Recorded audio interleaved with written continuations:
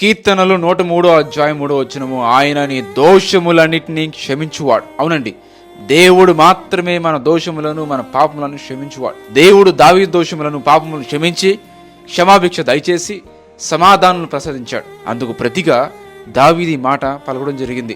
దేవుడు నీ దోషములన్నిటినీ క్షమించాలంటే మొట్టమొదటిగా నీ దోషములను దేవుడు మాత్రమే పరిహరించగలని నువ్వు విశ్వసించాలి. దేవుడు మాత్రమే నీ పాపమును క్షమిస్తాడని చెప్పి నువ్వు నమ్మాలి. ఆయన మాత్రమే నీకు విడుదలిస్తాడని చెప్పి నువ్వు నమ్మాలి, విశ్వసించాలి. మరి లోకంలో ఎక్కడ కూడా మన పాపములు క్షమించబడవు. యేసు పాదాల దగ్గర మాత్రమే, యేసు రక్తంలో మాత్రమే మన పాపములు శుద్ధీకరించబడతాయి. ఆయన మాత్రమే మన పాపములను క్షమించగలని చెప్పి నువ్వు నమ్మాలి, విశ్వసించాలి. రెండోది ఏంటంటే దేవునికి మొరపెట్టాలి.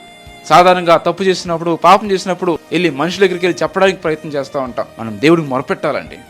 అవును ప్రభువా, ఎదుగో ప్రభువా, నేను ఈ పాపం చేశానయ్యా, ఈ దోషం నేను చేశాను ప్రభువా, నన్ను క్షమించు ప్రభువా, ఇంకెప్పుడు నేను చేయనయ్యా అని చెప్పి నువ్వు నోరు తెరిచి దేవుడిని అడిగితే, మొరపెడితే ఆయన ఖచ్చితంగా నీకు విడుదలేస్తాడండి, ఖచ్చితంగా విడిపిస్తాడండి, ఖచ్చితంగా నీ పాపం నుంచి నేను క్షమిస్తాడండి. మూడోదిగా దేవుని ఎదుట నీ దోషములు ఒప్పుకోవాలి. సాధారణంగా మనుషుల దగ్గర ఒప్పుకోవడానికి ప్రయత్నం చేస్తూ ఉంటారు. మన దోషములు చేసిన పాపములు ఏ మనిషి దగ్గర ఒప్పుకోవాల్సిన అవసరం లేదు, ఏ సేవకుడి దగ్గర ఒప్పుకోవాల్సిన అవసరం లేదు, ఏ ప్రీచ్ దగ్గర ఒప్పుకోవాల్సిన అవసరం లేదు, ఏ ఫాదర్ దగ్గర ఒప్పుకోవాల్సిన అవసరం లేదు.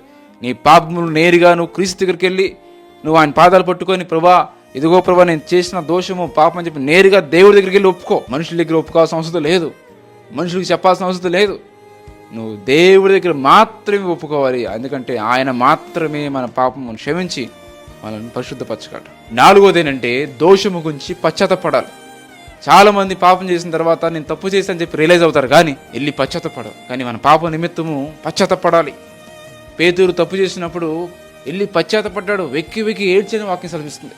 అవునండి, మన పాపలు క్షమించబడాలంటే నేను తప్పు చేశాను అని చెప్పి రియలైజ్ అయితే సరిపోదు, అనుకుంటే సరిపోదు, ఊహించుకుంటే సరిపోదు. దేవుడి దగ్గరికి వెళ్ళి పశ్చాత్తపడాలి. ప్రభువా ఈ తప్పు చేశాను, నన్ను క్షమించు అని దేవుడి దగ్గర ఏడవాలి. కేక పశ్చాత్తాపం అంటే దాన్ని విడిచిపెట్టి మరలా దాన్ని జోలికి పోకూడదు.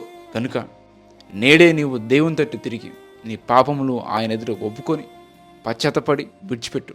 తద్వారా దేవుడు నీ దోషమును క్షమించి నీకు సమాధానము, శాంతి, నిత్యజీవము అనుగ్రహించును.